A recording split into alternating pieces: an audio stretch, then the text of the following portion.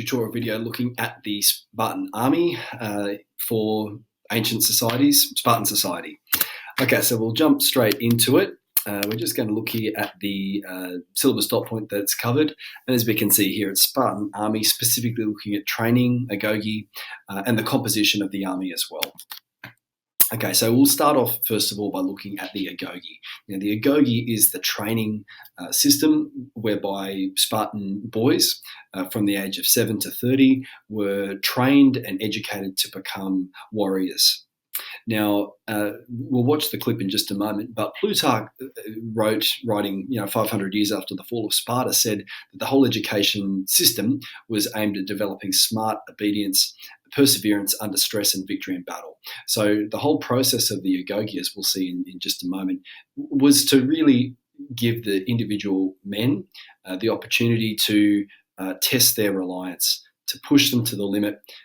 And those, of course, who didn't pass the test would be outcast from the society. So by the end of the Agoge system, at the age of 30, we had a group of very tough, reliant, but also able to observe and be obedient to each other. Xenophon is our main source for the Agoge, and in his writings actually outline the specific steps and process within the Agoge. But you can see there from the quote that the process of the Agoge was to turn out men more obedient, respectful, and strictly more temperate. And we'll just see, just watching this clip, you may have seen it before, about what the actual Agoge system was. And if you don't want to watch it, you can skip ahead for a couple of minutes. So I'll just leave it there. You can watch the whole clip if you wish. You're very welcome to. So I like that quote, you return either a Spartan or not at all. All right, so we'll just walk you through the stages of the Agoge. And again, all of this is from Xenophon, so you're very welcome to go ahead and read the full excerpt from Xenophon. It is in your booklet from page 35. But just taking a look here, so as you saw in the clip, from age 7, that's the time where they actually start the Agoge. They're taken away from the family home. Straight away, they're given a lot of athletic training, a lot of sport to get them used to working as a team. And they're organised into these particular teams. And most importantly, they're never left unsupervised. They're never alone. So they're always watched and by older boys known as ear ends. And these ear ends would actually have whips. Okay, and if the younger boys would be disobedient or not follow the rules or not follow the expectations, then they would be whipped by these older boys. Okay, so that's from age 7 to 10. From about the age of 10 to 12, these young boys were taught the patriotic games. They would have been given the great songs from Tyrtaeus about training and the importance of relying upon your fellow comrades. And we're also taught the music and the dances. Now, the music and the dances are really crucial because that gets them used to the marching and the rhythm and following directions. As we know from studies of the Spartan army, a lot of their maneuvers were, in fact, rhythmic. And so they'd give a certain call and they'd change direction. To help with their marching, they'd have their songs and their dances to help them along. Okay, so when we get to the age of 12 to 18, this is where the training really intensifies. This is where it gets a lot more involved, a lot more serious. It's at this point they're often sent into the wilderness and they're given very few rations. Okay, they have to sort of fend for themselves for the most part out in those mountain ranges around Laconia, and they're expected to use stealth to steal food. If they are caught, there are very, very heavy punishments. They're whipped. If they're found to be stealing at all, they get into big, big trouble. So they have to work out how to be stealth and how to be very clever about how to survive. Now, at this stage, they're also accompany some of the Spartiates, or the Homoioi, on the boar hunting trips. Now, the boar hunt is a symbolic time where the young boy would actually become, it's called Andrea, it means manliness. And to accompany someone on a boar hunting trip or to hunt a boar, that's a rite of passage in the Spartan society. And as you can see, they're taught self-reliance. It's at this time as well where they are, as I said, in the wilderness. And from about the age of 15 to 18, they actually come back from the wilderness. And there's a particular festival at the Temple of Artemis Orthia where they have to steal the cheese from the altar. And they've got the priests there with the whips If they're caught, then unfortunately they don't pass the test, and that from about the age of 15 to 18 is when they actually do return to the society. Okay, so what happens next? From about the age of 18, there's a couple of things here. So 18, the Agoge becomes a lot more professionalised into making the Spartiates into hoplite soldiers. So at that stage, they can become an overseer or an IRN, and they basically supervise the younger boys. So they're going to supervise the 7 to 10-year-olds. They can serve in the army from the age of 18.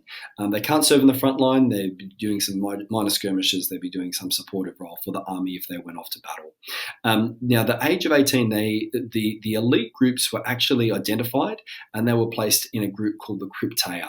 Now, this is a separate syllabus dot point, but it is important for you to understand the Crypteia, which is basically a secret police which operates in the countryside, and the main job of the Crypteia is to hunt helots or beat them up, sometimes to kill them, but it's certainly to keep order in amongst the helot community. The Crypteia is so cruel that Plutarch actually believed that Lycurgus didn't invent the Crypteia. It's just so beyond what you'd expect. Okay, from the age of 18, that's when the young men join the Cistian. So that is where, that's the mess, the communal mess. And it's expected that they would live with their Cistion, with their dining group, once admitted. Now, they have to contribute their monthly contribution of the food to the Cistion from their cleroi. As a result of that, that goes towards their membership of the Cistian. Okay, from the age of 24, and even a little bit younger, most of the Spartan men can marry, but at this stage, like everything in Sparta, it's militarized. So the Spartan men, while they can get married, they're not permitted to live with their wives. Okay, they're not permitted to live with their wives until after the age of 30. And when they do visit their wife, they have to visit her in secret and return to the barracks. They have to go back with their comrades and sleep with the comrades at night time. They can only visit the wife secretly. And the reason for that is because they didn't want the young men to be constantly with their wives, and therefore he's going to be not interested in training. He's going to want to spend all of his time with his wife. If the rule is you spend all of your time with your comrades, with your Cistian, you sneak off and see your wife, then the thinking was, according to Lycurgus, that you're going to create much stronger children because you're going to be more, you're going to desire to be with your wife more because you're seeing her less frequently. Also, at this age of 24, so they're given a bit more responsibilities. They're given their hoplite armour, and they can actually participate in the front line, even though they're not fully graduated. By the age of 30, that's when the individual Spartiates have finished the Agoge process. They're fully graduated, and at that point, they can, in fact, wear their hair longer, and they're given their phoenicius, their red cape. Okay, so in terms of the composition of the army, I suppose there's a couple of, this is a new dot point for the new course. So in terms of the composition, there's a couple of points that we need to know. Now, the whole concept of the composition of the army is centered on the principle of this idea of the phalanx formation, where every person is dependent on the person beside you, and you're one basically row of shields. And this is from the Titius poem that we would have seen before, but this really summarizes this whole belief about the phalanx system, and this would have been trained or instilled in the young boys when they were going through the Agoge training process. And we can see there, let him set foot beside foot, shield against shield, crest on crest, helmet on helmet, and let him fight his man with breast approach to breast. So they're fighting in close quarters, side by side, next to their fellow Spartiates. And this little scene from 300, the first battle scene, I think gives you a really good idea of what it looked like. Okay, so also in terms of the composition, it's important to know, the whole society is geared towards this composition of the army. So you got the Cistia, the mess we talked about, the Kleros, right, the land allotments which feeds the Cistia. We've got the Agoge we talked about, and obviously the marriage customs. All of these things feed into the militarization of the Spartan society. Okay, so the phalanx formation, which we said. Now, this is getting a little bit technical. So this is the specific organisation and composition of the Spartan army. And I've just put up a little votive item, which is of a Spartan hoplite with his shield. But Thucydides' writing at the time of the Peloponnesian War has actually described the organisation of the army, that the phalanx was made up of 8 rows. Okay, 4 of those rows were made up of a platoon, Okay, 4 platoons made up a company, and 4 companies made up a battalion. So we've got the division, okay, from the very, very small battalions all the way up to an entire phalanx. Now, the expectation would be that the battalions is where, you know, the individual men would be working with each other when they're not on the battlefield. So they're very, very reliant on the person next to them. They know them very, very well, and their loyalty is obviously going to be with them. Approximately, Thucydides worked out that the army comprised of approximately 5 to 7 battalions. Okay.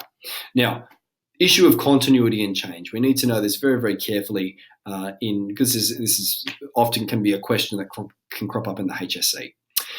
Now, continuity and change within the Spartan army. It's unreasonable to expect the Spartan army was unchanged for hundreds of years because the political circumstances changed. Now, a couple of things I want you to know. Xenophon, who tells us, who gives us a slightly different idea to what Thucydides said, Xenophon is writing after the Peloponnesian War, and he believed that the phalanx is made up of 12 rows with 2 platoons.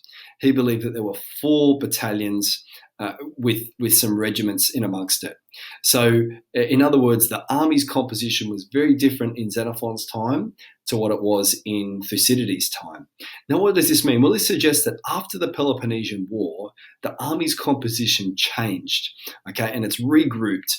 And possibly the reason for this is due to the fact that there was a manpower shortage after the Peloponnesian War. Remember, they've been fighting for 30 years in the Peloponnesian War. After that, they've won, they've defeated Athens, but you know they'll be drained, and the Agoge process would have been drained as well. So they had to be careful about how they restructured it. There may have been some younger people in amongst each regiment, and as a result, that it'd be possible that they'd need to divide the group up accordingly.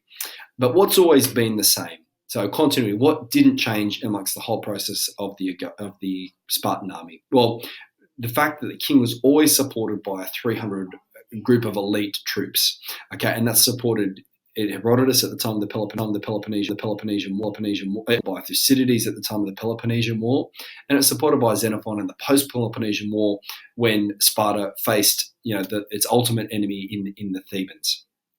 There's always a 300 force that was the personal bodyguard of the king. There also was small specialist troops for the whole period of the Spartan society, and that included cavalry detachments, lightly armed troops, people who threw missiles such as spears and rocks were known as pelastres, and they were groups that made up the entire composition of the Spartan army. Okay, well, I hope this tutorial video has helped you out, and I give full credit to the Film 300 for those 2 clips, and I wish you all the very best in your studies.